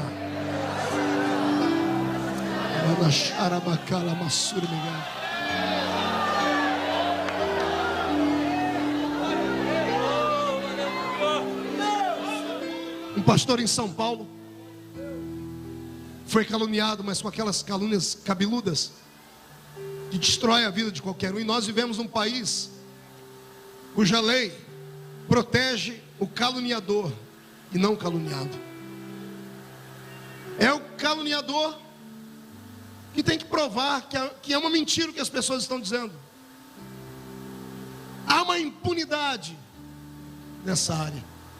Falam de você e é você quem tem que provar que você não é aquilo que as pessoas estão dizendo. Fizeram isso com esse nosso amigo. E foi uma coisa tão absurda que ele não suportou o peso de todos olharem para ele. E um dia ele pegou a carteirinha de membro de pastor dele, chegou no púlpito da sua convenção e disse: eu não quero mais ser pastor, porque estou trazendo escândalo ao reino de Deus. E alguém disse: não, mas fique firme, nós acreditamos em você. Ele disse: mas não dá. O olhar da dúvida é muito triste. Passou dias, esse homem perdeu a família. Outros dias ele perdeu a vontade de viver. Foi visto andando pelas ruas de São Paulo pedindo esmola, bêbado, caído numa sarjeta, porque um desgraçado caluniador, não sabendo e não medindo as consequências das suas palavras, roubaram a vida dele. Um dia ele estava passando perto de uma casa, ele era a casa do pai de Oxum. Ele estava bêbado, entrou lá dentro, era um terreiro de macumba. E 32 pessoas lá dentro com seus atabaques, dançando, girando. E quando viram ele entrar, pararam a música porque ficaram com pena dele. A situação dele era tão lamentável que ficaram com pena dele. Ele embriagado, sujo, com um semblante de quem estava morrendo. E o pseudo pai de santo lá, o pai de chiqueiro, mandou chamar ele à frente e disse: o que você tem, amigo? Eu não tenho mais nada. O que você precisa? Ele disse: eu preciso de paz. E o pai de santo, com pena dele, levantou para fazer uma reza brava. Foi dar um passe nele. E quando ele soprou o charuto na cara do meu irmão e colocou a mão na cabeça dele, foi ele colocar a mão e tirar os gritos. Colocou a mão e tirou gritando: ai! E todo mundo falou: ai o que? Ele disse: a cabeça desse homem está rachada, mas tem fogo ainda dentro dela. Ele abriu os olhos, segura. Ele abriu os olhos, mesmo embriagado, disse: o quê?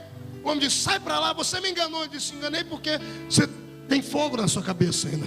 Tem fogo aí dentro. Esse pastor, ainda sob efeito da cachaça, abaixou os olhos, começou a chorar e disse: Deus, prova que ainda tem fogo aqui. Se tem fogo na minha vida. Ele se levantou, apontou o dedo para todos aqui e disse: se tem fogo na minha vida, eu quero que todos os demônios se curvem diante do seu nome aqui dentro. Caíram 32 pessoas endemoniadas naquele dia. E ele agora sarou, foi colocando a mão na cabeça e dizendo: sai em nome de Jesus, sai em nome de Jesus. Hoje lá não é mais casa do pai de Oxum, é casa de oração das Assembleias de Deus. O caluniado foi justificado pela fé. A família voltou. E ele carrega no corpo as cicatrizes, mas está de pé. Interior de Minas Gerais, uma mulher entra dentro do culto às pressas, correndo, com um bebezinho no colo, e um jovem pastor missionário solteiro ali dentro. E ela pega o bebê e joga nos braços e diz assim: o filho é seu, trate de cuidar e assumir as responsabilidades. E sumiu a mulher. A igreja parou, não deu tempo de fazer mais nada. Começaram a se levantar e ir embora, dizendo assim: esse pastor pecou, teve um filho com a mulher, não quis assumir. Desgraçaram a vida dele. E ele aguentou o tranco sozinho. 8 anos depois, a mulher entra naquela igreja e ele está lá sentado nos bancos, não se desviou da fé. E ela procura ele, e quando o encontra, ela pede a oportunidade na igreja. Diz: há 8 anos atrás eu entrei aqui dentro com um bebê no colo e entreguei para aquele homem que era o pastor aqui. Eu quero dizer que ele não era o pai da criança, mas eu não tinha ninguém nessa cidade que eu pudesse confiar. Só ele tinha condições de cuidar do meu filho, porque é um homem justo, temente. 8 anos perdido da vida dele. Mas aquela noite, quando essa mulher testificou, houve um avivamento tão grande naquela igreja. A cidade ouviu a história, e uma igreja de 200 pessoas foi para mais de 1.500 membros em menos de 2 meses. Não tente entender os projetos de Deus, aceite eles. Você não é um coitado, você não é alguém que Deus tem que ter pena de você. Não sinta pena de você. Aguente firme. Fale como Paulo: Senhor, eu me sinto digno de sofrer contigo as agruras e as dores. Só lembrando que Deus só permite alguém passar pelo vale desse jeito quando Ele quer exaltar a pessoa. E o seu dia está chegando. Está chegando. Eu já posso imaginar o sorriso Colgate que vai invadir os seus lábios daqui a algumas semanas. Eu fico imaginando daqui a alguns meses, daqui a alguns anos, eu estando em algum lugar do Brasil, encontrando você de terno e gravata, a senhorita com um CD gravado, ou eu abrindo o jornal e visto lá um crente da Assembleia de Deus ou de outra igreja batista, não sei de qual igreja, passa dentro de um supermercado, vai dar bom dia pro paralítico, o paralítico dá um salto, levanta e anda. Eu vou ver alguma coisa acontecer. Agora murcha a barriga, estufe o peito, levante a mão direita para cima com coragem agora. Coloque a mão no ombro do seu irmão e agarre o ombro dele, agarre e chacoalhe ele até ele ficar irritado. Chacoalha ele, dá um tranco nele. Diga: está entendendo? Diga: está entendendo? É Deus quem está te testando. Não é o diabo que vai acabar com a sua vida. Diga: Deus acreditou em você, aguenta!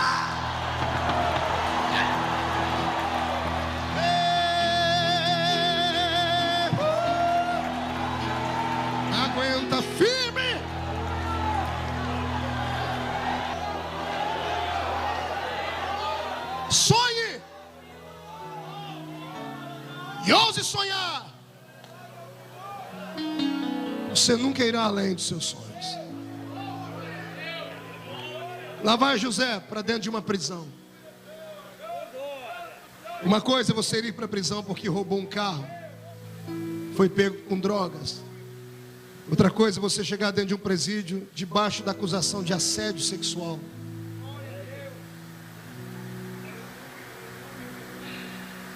Presos pegando canecas e batendo nas grades, dizendo assim: temos carne fresca chegando.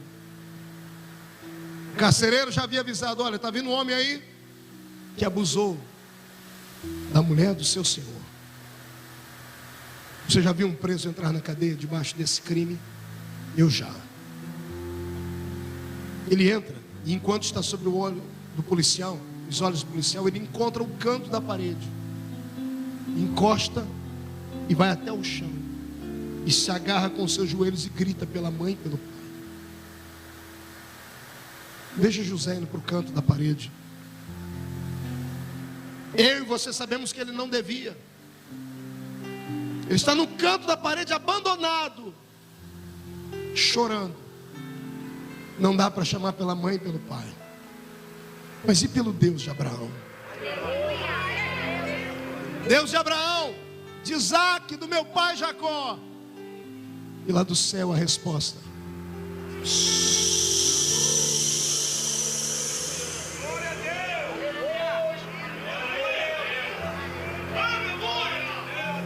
incline a sua cabeça. Chora.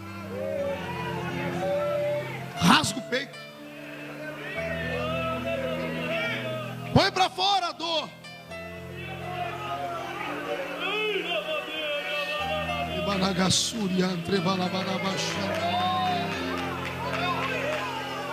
Você não é o único que sofre.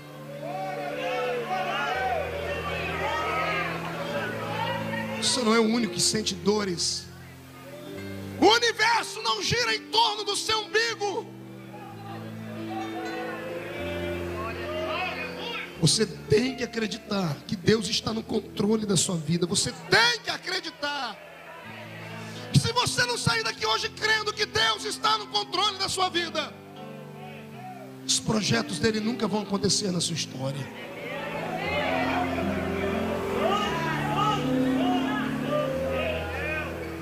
O que fazer com o silêncio de Deus?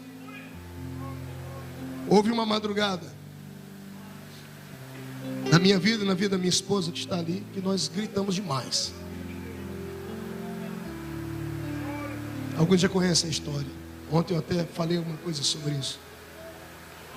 Quando nós estávamos gerando um sonho, o sonho do menininho, do filho homem, do machinho que todo pai quer ter, aquele que vai levar o sobrenome da sua existência para sempre, vai dar continuidade à sua linhagem. Nós estávamos já bem avançados em meses. Quando ela foi internada com hemorragia, foi reinternada. Dessa vez eu chamei o médico, que era um amigo meu da época das vacas gordas, que nessa época agora eu vivia da fé. Eu disse a ele: doutor, cuida da minha esposa. E ele disse: Marco, fique tranquilo, vai dar tudo certo, o bebê está seguro. E eu disse: eu não tenho mais dinheiro para pagar plano de saúde. Ele disse: fique tranquilo, ela está pelo SUS, mas eu vou cuidar dela. Uma semana depois eu chego de viagem, a alta está dada. E quando eu fui buscar lá, o médico diz: olha, tem alguma coisa estranha acontecendo, porque o líquido da placenta sumiu. E ele não teve explicações lógicas para isso. Eu disse: mas o senhor falou que estava de alta. Ele disse: mas eu não sei o que aconteceu, sumiu. Ele viu meu desespero e fez uma nova ultrassom. Ele começou a escrever um papel, transferindo ela para um outro hospital.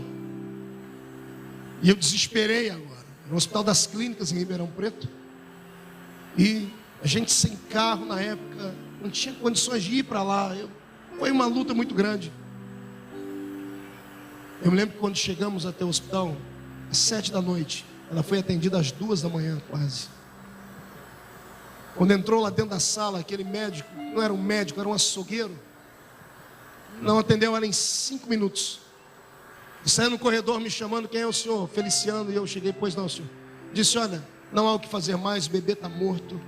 E o senhor tem que levar ela embora, nós não temos leito para interná-la aqui. E eu parei e disse, moço, calma, é muita informação, o que aconteceu? Disse, não tem explicação mais, o bebê, ela chegou aqui, o bebê já estava morto, nós temos aí mais de 1000 pessoas para atender. Não temos leito, então leva ela para casa, o organismo dela deve colocar o bebê para fora em 3 dias. Se o bebê não sair em 3 dias, você procura o médico, porque ela pode ter algum tipo de sequelas. E eu fiquei parado, olhando para o médico. Daqui a pouco, atrás daquele biombo onde as pessoas trocam, sai a minha esposa. Eu já disse para ela, o único erro que ela fez na vida foi ter casado comigo. Sai ela lá de trás, me dá um abraço.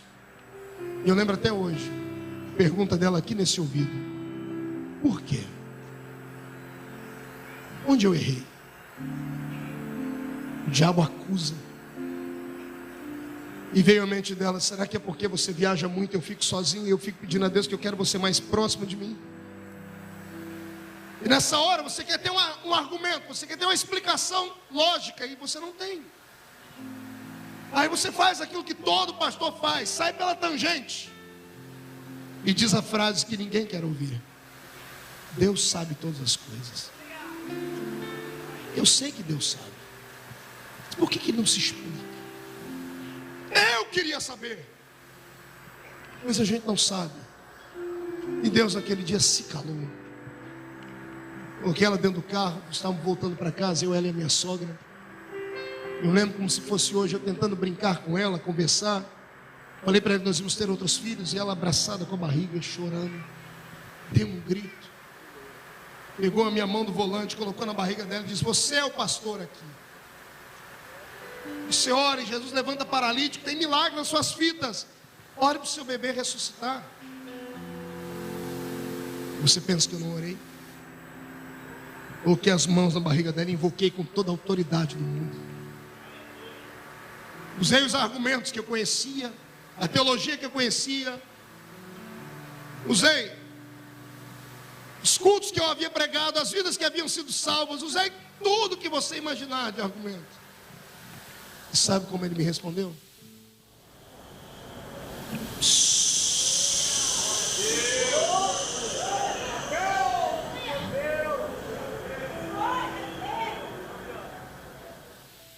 Aquela noite foi negra. Ela dormia debaixo de sedativo, abraçada com a barriga, e eu não conseguia dormir. Fui para um quartinho que eu tinha feito, um escritório. Dobrei meu joelho e comecei a gritar: Deus, fala comigo, Senhor. Me explica, qual o problema, o que aconteceu, por que meu bebê foi embora? E a gente começando a arrumar as roupinhas, o enxoval. Você não é o único que sofre. Se você quer uma unção de Deus sobre a sua vida, prepare para pagar. Eu não sei qual o preço que Deus vai cobrar de você. Deus vai te levar no limite. Deus vai te testar. E por favor, esteja pronto para ser aprovado no final. Eu levantei na madrugada, olhei para a parede, um monte de diploma de teologia, eu queria rasgar tudo. Eu olhei para os livros, para a estante. Eu tinha lá na época, acho que 14 Bíblias que eu havia lido, 16, não me lembro agora na época. Eu olhei todas aquelas Bíblias, eu queria queimar tudo. Eu me decepcionei. Eu esperava mais dele. Eu queria ouvir, eu queria ver um anjo, eu queria sentir uma unção, eu queria alguma coisa. Hoje ainda de manhã, meu telefone tocou, meu secretário me ligou e disse: pastor Marco, recebemos um e-mail aqui, vai estar no meu site daqui a alguns dias. Uma irmã que estava com um bebê morto dentro da barriga dela 18 dias. E ela encontrou o senhor no culto, ela ia fazer a curetagem no outro dia e pediu oração, mas ela não contou para o senhor o que era. O senhor pediu para que o marido colocasse a mão na barriga, e o senhor colocou a mão sobre a barriga. Ela pediu para dizer para o senhor que o bebê ressuscitou, está vivo. De manhã, o que é que você acha que eu estou pregando hoje, senhor? Hoje veio à memória tudo o que aconteceu. Deus nem cima no céu olhando, dizendo: vamos ver até onde você vai, garoto. Aguenta? 6 horas da manhã. Eu botei um travesseiro na cadeira, botei a cara, botei o outro travesseiro por cima. Eu gemi, eu gritei, eu implorei. Eu disse: Senhor, fala comigo, Senhor, o Senhor vai me perder. Eu estou sem fé. Eu esperava o vento do Pentecoste. Eu esperava a força trituradora do meu Deus entrar ali dentro e me arrebanhar. Não veio o vento do Pentecoste. Veio a brisa da caverna de Elias. E o Senhor disse aqui no meu ouvido: na vida do crente, ele não tem que entender, tem que aceitar. Porque eu vejo o futuro, enquanto você vê só um palmo à frente do seu nariz. Inclina a sua cabeça, José.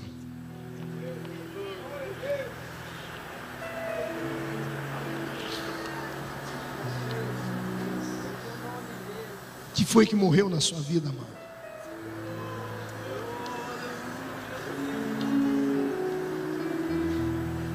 Que foi que morreu na sua vida? O que te deixa tão desanimado, tão depressivo? Por que você não consegue ser feliz, não consegue ser social? O que está acontecendo com a sua história? Que te fez ficar enclausurado num mundinho pequeno? O Senhor te trouxe hoje aqui, talvez não para aliviar a sua dor, mas só para te dizer: aguenta. Não dê o braço a torcer. Não se acovarde. Vai passar. É só uma noite. O amanhecer está vindo aí. Aguenta, José. O silêncio dele não significa que ele te esqueceu ou te abandonou. Não, o silêncio dele diz que ele está te testando. Ele está te olhando, ele está te observando. Ele vai se manifestar, não no meu tempo, não no seu tempo, mas no tempo dele. Se segure, aguenta firme, não pare de sonhar. O sol e a lua ainda vão se curvar diante de você. As 11 estrelas vão se curvar diante de você. Você não morre até que os sonhos de Deus se cumpram na sua vida. Você não morre. Quem vai para a masmorra está condenado a morrer lá de baixo. Subsolo do palácio real de Faraó. Sem luz, sem água, sem comida. 2 anos lá dentro. O máximo que um ser humano suportava eram 2 anos e meio, 3 anos. Sem a luz, a pele perdia a sua pigmentação e a força. Estando debaixo do palácio, as paredes úmidas começavam a adoecer os brônquios. Nessa época, José já devia estar com uma tuberculose. As olheiras eram expostas. O corpo dele possivelmente foi violado lá dentro daquela prisão. 2 anos depois, Deus ainda não fala com ele. Silêncio, 2 anos. Aguenta. Aguenta. Quem escreve a sua história é Deus, não é o homem. Aguenta. 2 anos depois, Faraó tem um sonho. O homem mais poderoso do mundo tem um sonho e ninguém consegue interpretar. Muita gente vai morrer. E alguém que está vindo servir um copo de vinho para ele diz assim: olha, tem um moço lá dentro da prisão que ele tem dom de interpretar sonho. E ele diz: manda trazer o rapaz aqui. 2 anos depois, a porta da prisão se abre. Para ele nunca mais voltar para lá. Quando Deus resolve fazer um milagre, é da noite para o dia. É assim, ó. É num passe de mágicas. Aleluia. Ele está diante de Faraó. E o rei está dizendo: você consegue interpretar os meus sonhos? José tinha motivo de sobra para amaldiçoar o Deus dele e morrer. Ele poderia ter dito: eu não entendo nada disso, passou a minha época, me deixa morrer em paz, falta só 6 meses para eu morrer. Ele podia dizer: eu sou um ateu, não acredito em nada disso, eu sou isso, aquilo. Quando o faraó diz, o rapaz inclina a cabeça, tossindo, com o pulmão cheio de doenças, e diz: eu não, mas o Deus a quem eu sirvo. Uma palavra só. Uma palavra só, e botou Deus de pé no trono dele. E Deus gritou: basta! Ele consegue me honrar no meio do silêncio. Ele consegue me honrar com o corpo dele violado e adoentado. Ele consegue me honrar todo machucado. É hora de eu fazer o sonho acontecer. E José interpreta o sonho: vaca gorda, vaca magra, ano de prosperidade, ano de doença, isso, aquilo. Faraó se levanta e diz: o que é que você me aconselha, rapaz? Olha só, o príncipe do mundo pedindo uma informação para um ex-detento. O que é que você aconselha? Ele disse: se eu fosse o senhor, eu escolheria uma pessoa inteligente para administrar essa época toda. E Faraó diz: pronto, já encontrei a pessoa. Os príncipes se levantam nos seus tronos, os sátrapas, os bruxos, os magos, dizendo assim: sou eu estou aqui há muito tempo. Não sou eu trabalho ao lado do rei há anos. Sou eu que vou ser levantado agora. É a minha chance, é a minha vez. Faraó levanta o cetro dele. O rei fazia isso com quem ele amava. Assim como o rei fez com Esther e apontou o cetro para Esther, o rei levanta o cetro dele. Todo mundo tenso na sala. Para quem que ele vai apontar o cetro? Glória a Deus. Glória a Deus. Glória. Está preparado para ver o cetro?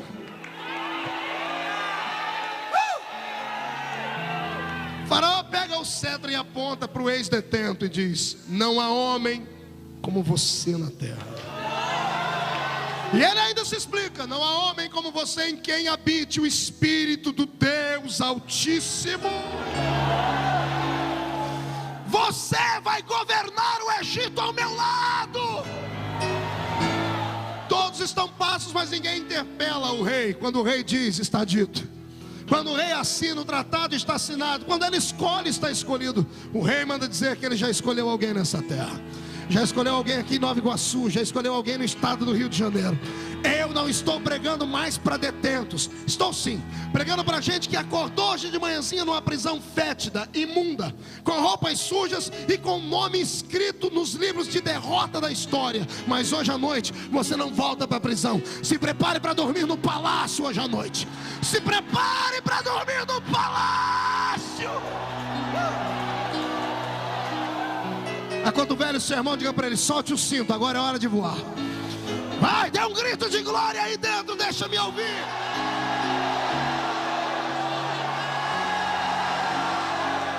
José, você vai governar o Egito comigo. Ele não tem nem palavras, pastores. Diz assim para ele: mas eu acho que a sua roupa não está legal. Roupa de detento?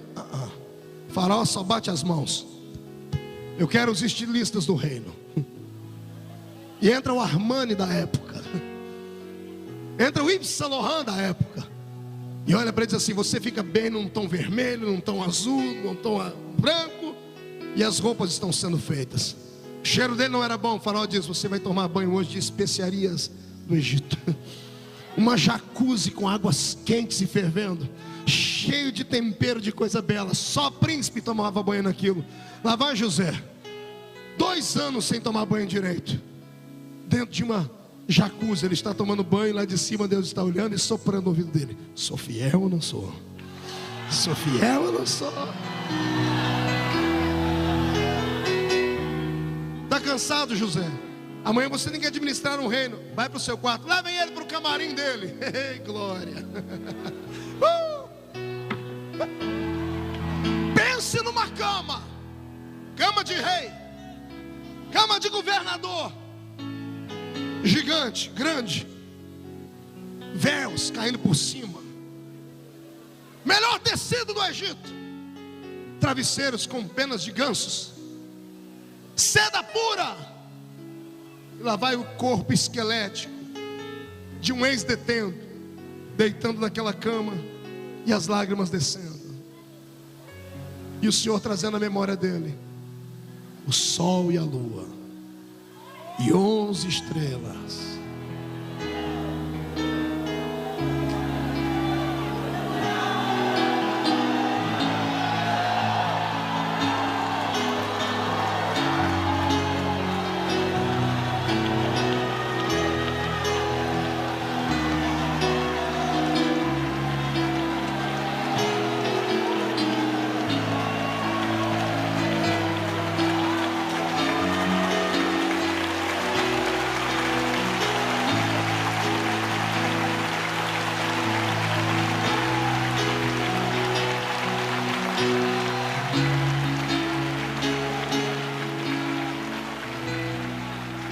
Eu não estou pregando um texto da Bíblia, eu estou contando a sua história.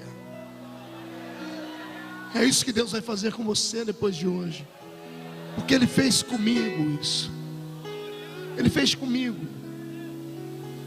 Um dia desse eu estava viajando pelo mundo.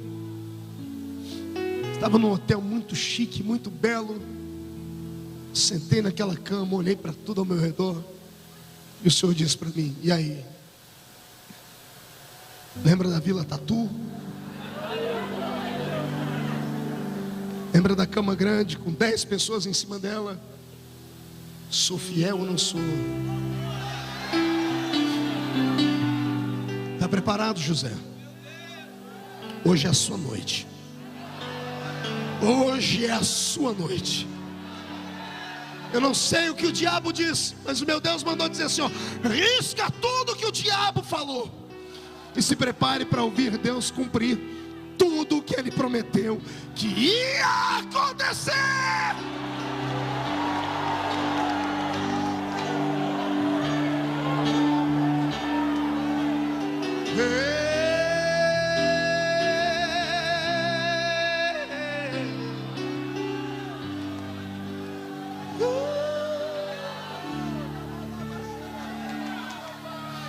Feche os seus olhos aí.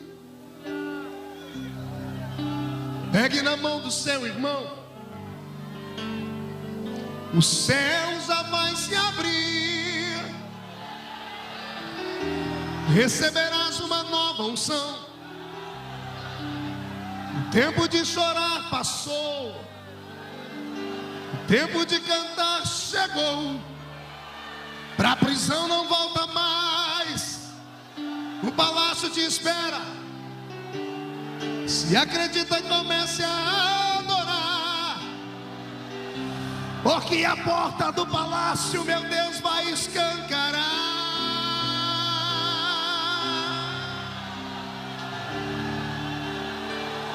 Sombras da cisterna nunca mais voltarão. Lembranças de Potifar esquecerá. O meu Deus escreve uma nova história. E é essa que você viverá hoje. Não amanhã e nem ontem. Hoje o cativeiro muda.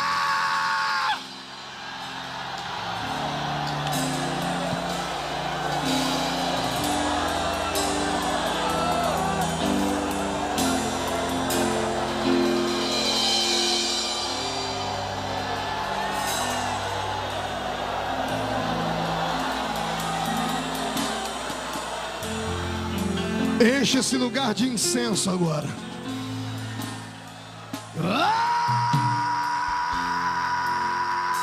Aleluia!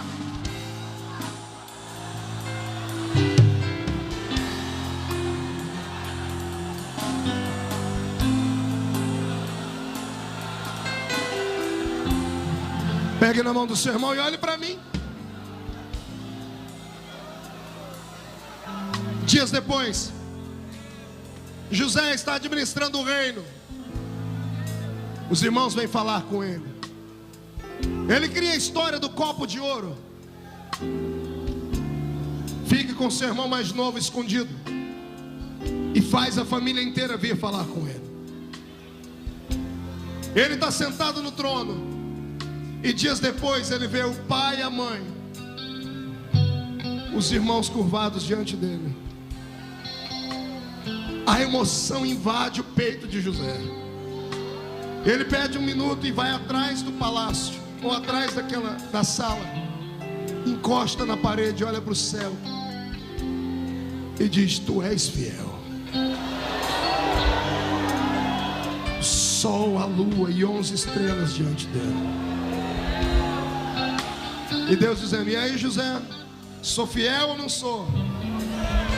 E José dizendo: obrigado, Senhor. E Deus dizendo: está entendendo por que eu não podia falar com você? Se eu falasse, eu atropelaria o milagre. Eu fiquei em silêncio por isso. Doía em mim ver você sofrer, mas eu sabia do resultado final. Desfruta do palácio, José. Vive vida vida de estadista agora. Ninguém mais ri de você, ninguém mais debocha de você, ninguém mais desacredita em você. José enchendo o peito de ar, olhando para o céu, e eu imagino dizendo: Senhor, muito obrigado.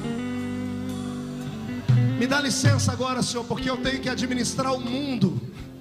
Me dá licença agora porque eu tenho que cuidar para que o mundo não morra de fome. E Deus dizendo: vai lá, José, é chegado o seu tempo. É chegado o tempo de você ser exaltado na terra. Eu profetizo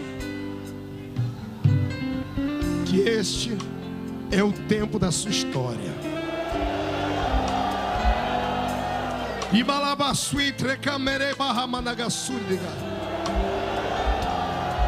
Pegue o seu irmão pelo braço, feche seus olhos, porque o Deus que é um Deus de promessas vai cumprir as promessas dele na sua história.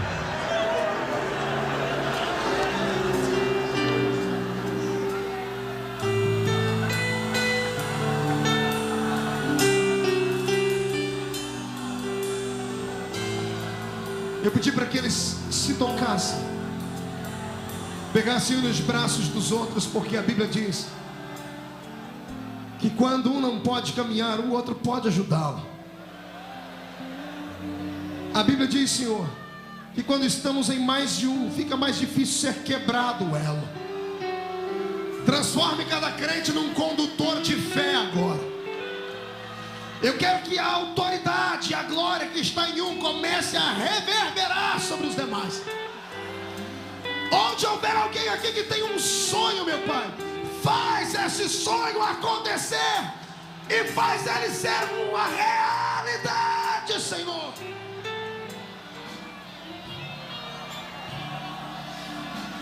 Eu quero que você solte os braços do seu irmão e abrace ele literalmente.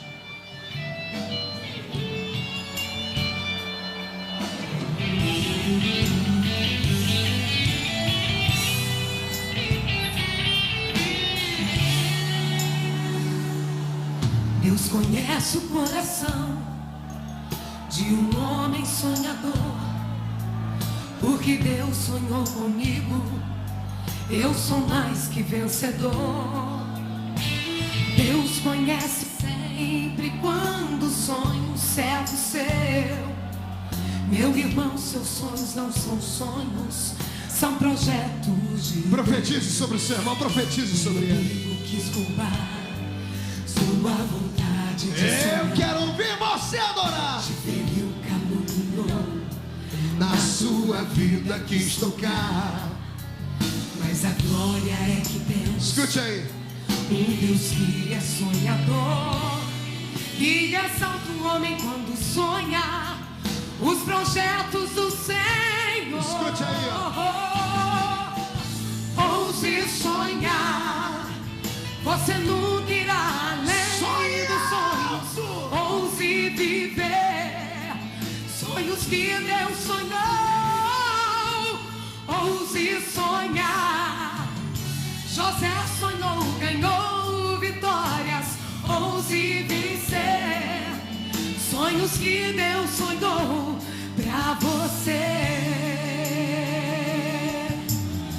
Ouse sonhar. só quem tem sonhos ainda dê um grito de Ouse glória a Deus aí. sonhar.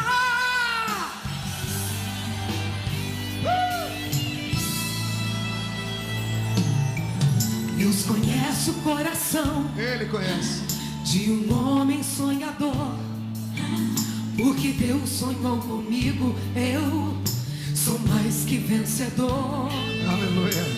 Deus conhece sempre quando sonho um servo seu. Meu irmão, seus sonhos não são sonhos, são projetos de Deus. O inimigo quis roubar tua vontade de sonhar, te feriu, caluniou, na tua vida quis tocar.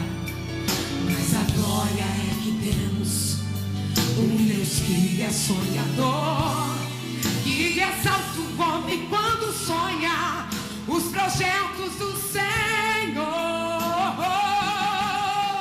Ouse sonhar, você nunca irá além dos sonhos. Ouse viver sonhos que Deus sonhou. Ouse sonhar, José sonhou, ou venceu. Ouse viver sonhos que Deus sonhou. Onde estão os sonhadores? Ouse sonhar, você nunca irá além dos sonhos. Ouse viver sonhos que Deus sonhou. Ouse sonhar, José sonhou, ganhou vitória. Ouse viver sonhos que Deus sonhou pra você. Ouse sonhar.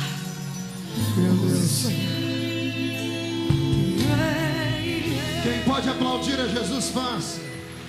Quem pode aplaudir e gritar, faça. Quem pode aplaudir, gritar e saltar, faça.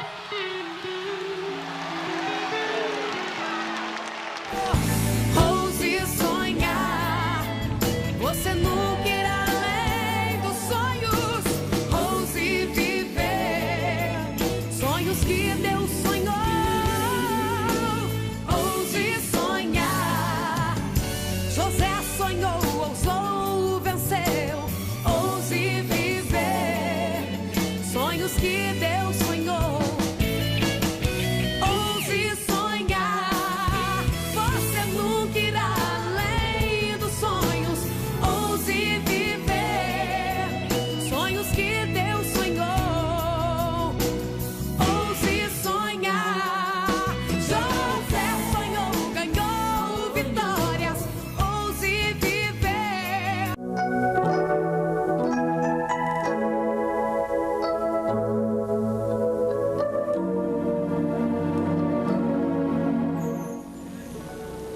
Ouça, está escrito assim: então lhe disseram os seus irmãos: reinarás porventura sobre nós, e sobre nós dominarás realmente.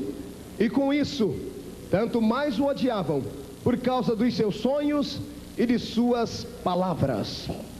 A última parte desse versículo diz assim: e com isso, tanto mais o odiavam, por causa dos seus sonhos e de suas palavras. Repita comigo: por causa disto, o odiavam, por causa dos sonhos e das suas palavras. Olhe para o seu irmão e diga para ele: pode sonhar. Vira para o outro e diz assim: mas se prepara para ser odiado. Aleluia! Povo de Deus, como seres humanos na terra, nós temos um dom que Deus não deu aos animais, que Deus não deu aos vegetais, Deus deu a mim e a você. Abaixo da salvação e dos dons espirituais, para mim é o maior de todos os dons, senhores. É o dom de sonhar. É a capacidade que você tem de sonhar. E nesta tarde, a mensagem e o recado deste jovem pregador é este: a todos vocês: sonhe e ouse sonhar. Você nunca irá além dos seus sonhos. Sonhe, ouse sonhar. Você nunca irá além dos seus sonhos. Aquilo que o homem sonha e planeja e projeta, é ali onde ele irá chegar. Sonhe, sonhe mesmo, sonhe com as alturas. Sonhe com coisas grandes para Deus, porque o seu Deus é um Deus grande. Não importa que o chão não esteja debaixo dos seus pés, e não importa que os seus desejos estejam lá na lua, simplesmente sonhe, porque o Deus dos mistérios pode trazer a lua perto de ti e pode colocar o chão debaixo dos seus pés. Sonhe e ouse sonhar. Você nunca irá além dos seus sonhos. Podem até matar o sonhador, mas o sonho dele permanece. O pai de José não era o João lá do açougue. O pai de José se chamava Jacó. Jacó. E sabe o que significava ser Jacó? Jacó significava ser aquele que conhece a linguagem dos sonhos espirituais.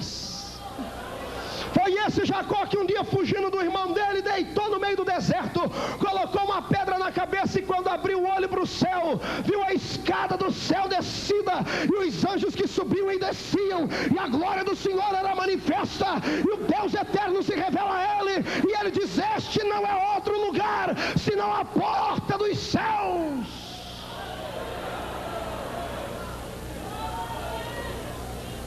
José era filho de um homem sonhador. José era filho de um homem que conhecia a linguagem eterna dos sonhos. Como pregador pentecostal, eu sei de cor Joel 2:28, e muitas vezes peco, e nós pecamos porque pregamos apenas a metade do versículo. Todos nós falamos: nos últimos dias derramará o Senhor do seu Espírito sobre toda, e os vossos filhos e as vossas filhas. Pregamos até aí, esquecemos o resto do versículo. O versículo não para por aí. A Bíblia diz: para os seus filhos e os vossos filhos profetizarão, os vossos jovens terão, e os vossos velhos. Amados em Cristo Jesus, sonhos e visões fazem parte do currículo de Deus para a chamada de todos aqueles que amam e latejam com o coração quando se fala em missão. Se você não é um sonhador, você não pode estar aqui nessa tarde. Se você não sonha com as coisas grandes para o Senhor seu Deus, você é mais um desses parasitas que vem para a igreja de dia e de noite, e quando chegam numa reunião como essa, ficam aí com o olho grande, parecendo um olho de sapo que morre no dia de enchente, fica gelado, congelado, porque não sabe que o seu Deus está aqui. Agora, se você é um sonhador, abra a tua boca e glorifique o Senhor dos Senhores, porque Ele é o Deus dos sonhos.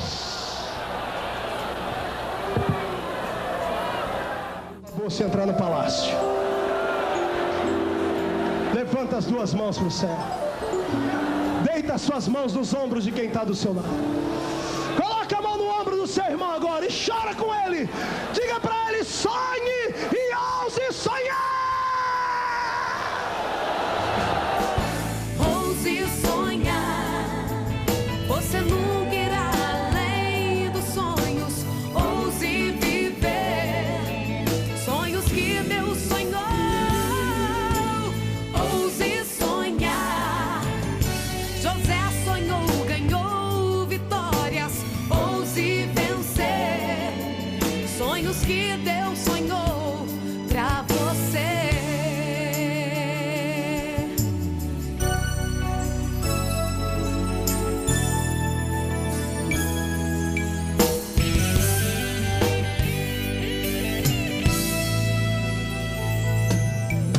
Deus conhece o coração de um homem sonhador, porque Deus sonhou comigo, eu sou mais que vencedor. Deus conhece sempre quando sonha um servo seu. Meu irmão, seus sonhos não são sonhos, são projetos de Deus. O inimigo quis roubar tua vontade de sonhar, te feriu, caluniou, na tua vida quis tocar. Mas a glória é que temos um Deus que é sonhador, que exalta o homem quando sonha os projetos do Senhor. Ouse sonhar, você nunca irá além dos sonhos. Ouse viver sonhos que Deus sonhou.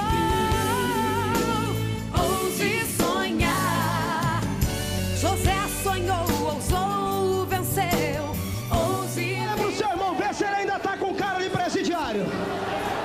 Fala pra ele: sai aí agora deste calabouço.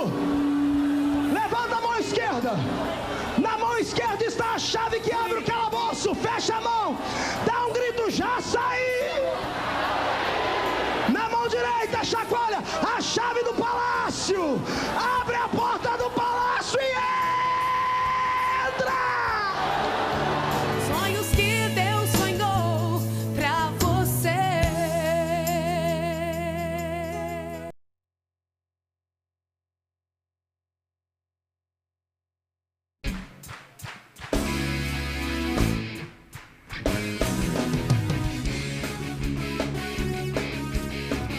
Aleluia.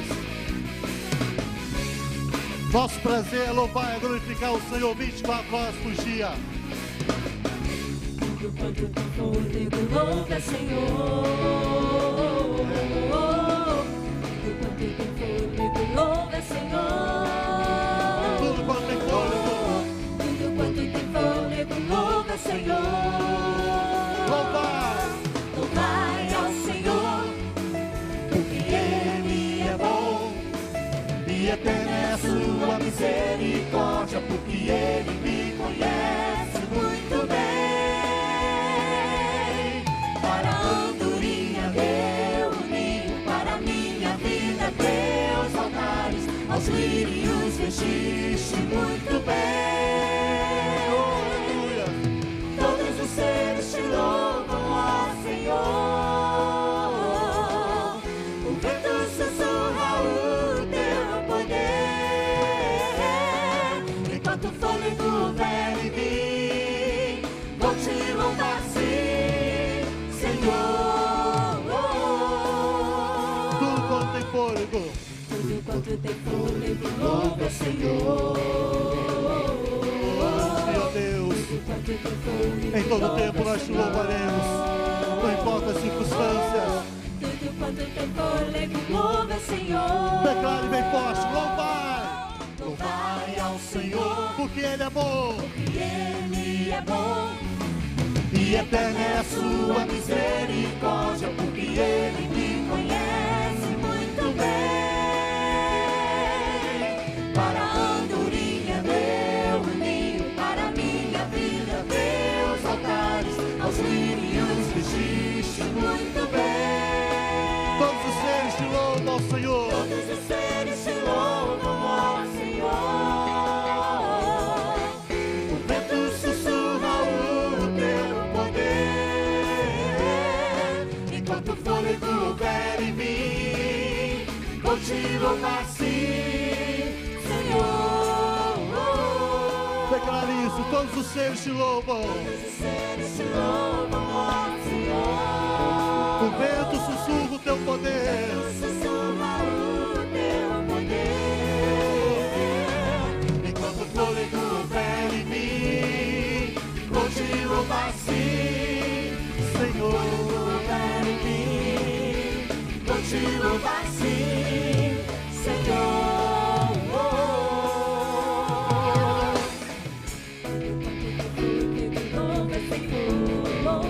Para terminar bem forte, tudo quanto tem fôlego. Louva, Senhor. Louvai ao Senhor. Louvai ao Louvai ao Senhor. Louvai ao Senhor. Louvai ao Senhor. Ao Senhor. Louvai ao Senhor. Louvai ao Senhor.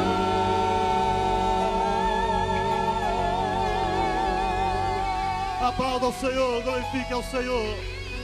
Aplauda ao Senhor. Aplauda ao Senhor. Aplauda o Senhor. Levante suas mãos e diga assim: Senhor Deus, enquanto eu estiver sobre esta terra, não importa as circunstâncias, não importam as lutas, não importam as aflições, eu te louvarei com todo o meu coração. E eu creio que enquanto eu estiver te louvando, te adorando, a vitória virá. Eu creio em nome de Jesus. Aleluia. Os mais que vencedores aplaudam ao Senhor. Você já conhece o nosso ministério. Todas as semanas chegamos até a sua casa com uma palavra que tem abençoado o seu coração. Nosso trabalho em DVDs, CDs e livros tem chegado a todo o Brasil e abençoado lares por onde eles passam. A vida de milhares de pessoas tem sido mudada através deste grande trabalho. Deus tem honrado os nossos desafios. E agora, o desafio é estar no ar em rede nacional por pelo menos 1 hora e levar a palavra pentecostal a mais lugares do Brasil. Queremos, com a sua ajuda, promover a maior cruzada de avivamento e, desta forma, trazer libertação, cura e paz a todos que assim precisarem. Você pode nos ajudar. Ligue agora para 021 2497 4610 e diga: eu quero ser sócio contribuinte do programa Tempo de Avivamento. Desta forma, você estará nos abençoando e, em forma de gratidão, você receberá um lindo presente. Contamos com a sua colaboração. Faça parte deste grande ministério.